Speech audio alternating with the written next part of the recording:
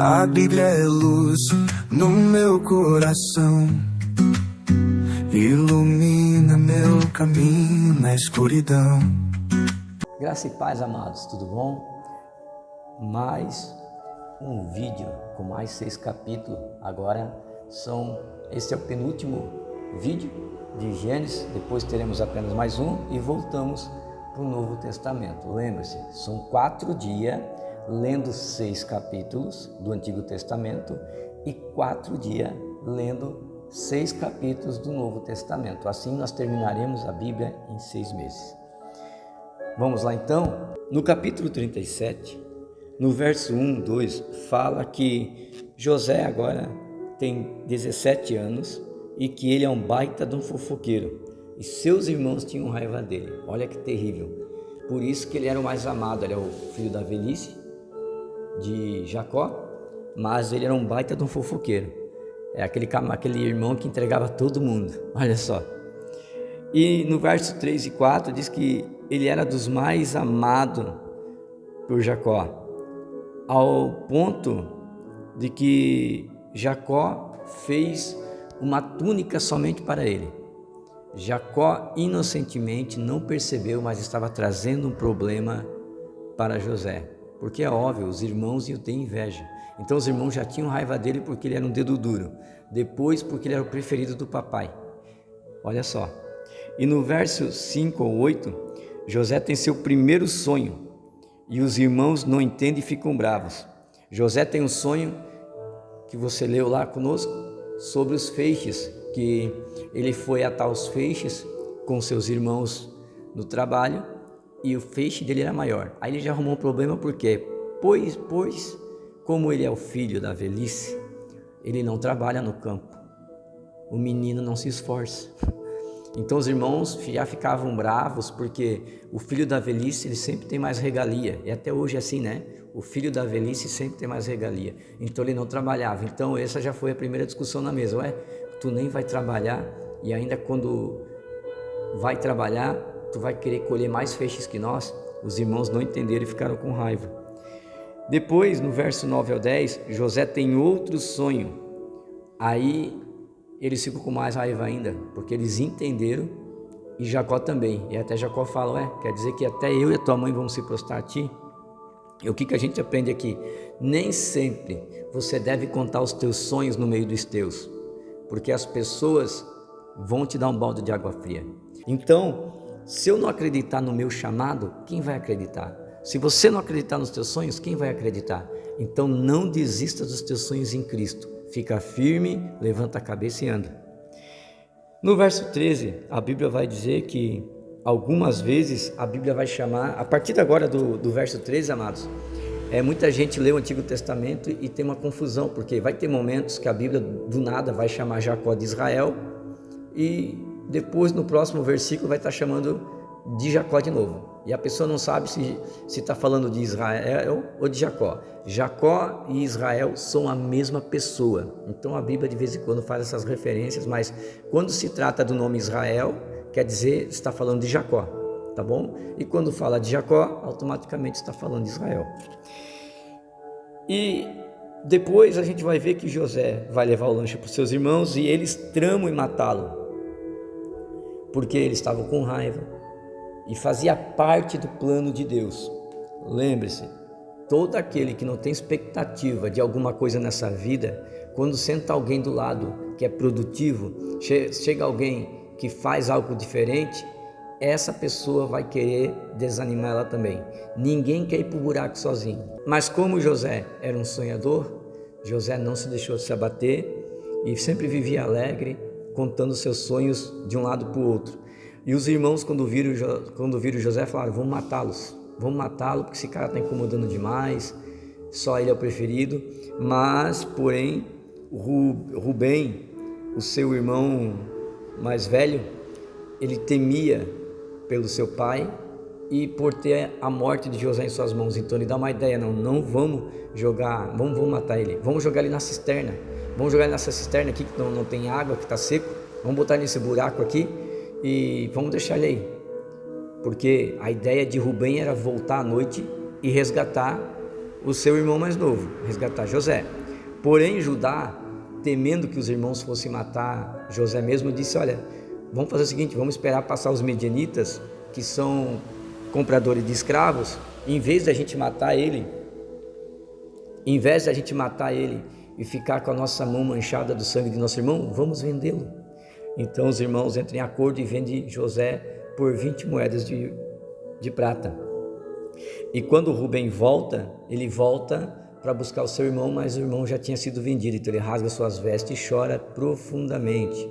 Depois o que eles fazem? Ele pega a túnica que eles tinham tirado de José, rasga a túnica, passa num sangue de animal e levam para Jacó dizendo que ele foi comido por um grande animal. E Jacó sofre terrivelmente a perda do seu filho mais novo. Pensa. No capítulo 38, fala sobre a descendência de Judá. Por que tem a descendência de Judá aqui? Porque aqui na descendência de Judá vai ter uma curiosidade interessante, tá? Lá no verso 7 vai falar que o primogênito de Judá fez o que era mal a Deus. Tudo indica que ele virou um idólatra. Deus abomina a idolatria. A idolatria traz tudo que é de ruim para a tua vida. Toda vez que você se idólatra de alguma coisa, vai dar ruim para a tua vida. Traz enfermidade. Tem muitas pessoas com câncer, muita gente com coisas terríveis hoje, porque um dia adoraram outra coisa que não foi a Deus. Idolatria é terrível, irmão. Traz promiscuidade para a tua vida, libertinagem, tudo que tu imagina vem por causa da idolatria. Então Deus não gostou do que o primogênito, o primeiro filho de Judá fez e o matou. Aí tinha Tamar, que era filha de Er. O nome do primeiro filho de Judá era Er. Era casada com Tamar. Tamar ainda não tinha dado filhos. Então Judá entrega seu irmão mais novo e diz: olha, casa com ela e faça filho nelas, para essa descendência dela sair para ser do teu irmão. Só que o filho mais novo também era mau e ele não queria fazer a descendência do seu irmão, continuar a descendência do seu irmão. Ele não queria engravidar a Tamar, porque sabia que os filhos de Tamar seria registrado como filho do seu irmão falecido. Então toda vez que ele coabitava com ela, ele tirava o sêmen para fora e jogava no chão, na terra, para que ela não viesse a engravidar. O que Deus fez? Deus vem e mata também o filho mais novo. Judá fica estarrecido porque ele não entende o que está acontecendo e ele acha que Tamar está amaldiçoada. Então ele manda Tamar embora para a casa dos parentes dela e não entrega Tamar para o irmão, mas para o caçula da casa, com medo que o caçula viesse a morrer. Agora deixa eu te dizer uma curiosidade. Por que Deus matou Er? Por que Deus matou o irmão mais novo? Porque Er foi certamente por causa de idolatria. Mas tudo isso tem um ponto. Qual é o ponto? É da descendência de Tamar, é do útero de Tamar que veria a descendência do Messias. Então, na linhagem do Messias, não poderia ter pessoas idólatras, e não poderia, que foi o caso de Er, e também o filho mais novo, toda vez que ele jogava o sêmen na terra, ele atrasava a promessa de Deus na terra um dia. Então Deus matou. Então quando você tem uma promessa, querido, na tua vida, e Deus depende de você para fazer alguma coisa, porque Deus, ele poderia, mas Deus, pela misericórdia dele, ele prefere contar conosco. Aqueles que se atravessaram o teu caminho para parar você, vão perecer, porque Deus tem uma promessa para você. Assim como eu, como pastor, eu não posso impedir a promessa de Deus naqueles que eu estou cuidando, os que estão de fora também não podem querer barrar aquilo que Deus está fazendo na minha vida, senão eles vão ter problema, e isso é bíblico. Tamar, com medo de ficar abandonada da família, ela se disfarça de prostituta. E Judá está passando na frente do poço, vê ela e pergunta quanto que ela cobraria por um programa. Então ela fala, faz o seguinte, dá-te para mim olha como Tamar é esperta, dá para mim o teu lenço, dá para mim o teu anel, que é autoridade, e dá para mim o teu cajado, como penhor. Depois tu envia para mim umas cabras lá. E Judá aceita, mas Judá não sabia que era Tamar. O que acontece depois? A família de Tamar manda avisar Judá, olha, Tamar andou deitando com gentil porque ela está grávida. E Judá foi incisivo, olha, então leva ela para queimar, matem na queimada. Olha como Judá era terrível, irmão. E olha o que aconteceu. Quando foram falar com Tamar, Tamar pega o lenço, o anel e o cajado na vida que era de Judá e apresenta, fala, o pai dessa criança é o dono dessas coisas, leva lá para Judá que ele vai saber quem é. Judá reconhece as suas coisas e então ele manda chamar Tamar e assume ela. Olha como Tamar foi esperta. No capítulo 39, José vira governante de Potifar. Potifar, amados, grava bem isso, é um eunuco da casa do rei. Eunuco, ele era castrado e não poderia ter relação com mulher, mas ele era casado com uma senhoria, uma mulher. E quando José vai para a casa de eunuco, ele acha graça aos olhos de eunuco, de Potifar, e Potifar agora ele coloca José para governar sua casa. É ele que decidia o que comprava, o que vendia, o que fazia. E a mulher de Potifar, tendo um homem viril dentro de casa, é óbvio, né, que ia dar ruim, começou a olhar com outros olhos para José. E um dia ela faz uma cilada para José, se insinua para ele, mas José, por amor a Deus, não cai na tentação, foge, mas ela fica com a capa. E José, inocentemente, em vez de ir para fora, não, ele se esconde dentro de casa, dentro do seu quarto, e fica lá até chegar Potifar. Porém, a mulher astuta, quando Potifar chega, ela diz que José tentou abusar dela. E Potifar, então, manda prendê-lo. Só que Deus é tão bom na vida de José, que José vai lá no verso 19 para a prisão, acaba achando graça aos olhos do carcereiro. O carcereiro, vendo que José era um homem simples e íntegro, acabou deixando ele responsável pelos outros presos. E José começa também, você já percebeu, todo homem de Deus, aonde ele coloca as mãos, ele governa. O camarada governa a sua casa, quando ele vai trabalhar numa empresa, ele acaba governando a célula na empresa, ou uma linha na empresa, ou um escritório na empresa. Todo homem de Deus que tem projeto, ele sempre está governando alguma coisa. Tremendo isso, né? É uma das características de um servo de Deus, é quando ele é líder, né? Quando ele é líder, quando ele está governando alguma coisa. Capítulo 40. O copeiro do rei e o padeiro. Um copeiro e um padeiro que fizeram o que era mal aos olhos do rei acabou sendo preso, e lá eles acabam tendo um sonho. O copeiro, ele teve um sonho que dizia e não sabia o que era, e José interpreta. Ele fala, olha, você vai ser restituído ao teu cargo e o rei vai te honrar, e você novamente vai voltar aí a estar servindo o rei. Aí o copeiro sai da cadeia e ele diz, lembra-te de mim quando sentares à mesa do rei, conta a minha história. Beleza. E ele foi embora. Depois o padeiro tem um sonho e ele fala que ele tinha um cesto com 3 pães em cima da cabeça, os pássaros vinham, tentavam comer os pães. E José falou para ele, olha, infelizmente o sonho é que daqui a 3 dias você vai morrer e vão te colocar numa forca. E se cumpre o sonho, a interpretação do sonho de José, e o padeiro morre. No capítulo 41, vai passar 2 anos e o copeiro esqueceu totalmente de José. Porém, Faraó tem um sonho terrível, aonde tinha 7 vacas gordas comendo espigas num campo, e vem 7 vacas magras e come as 7 vacas gordas.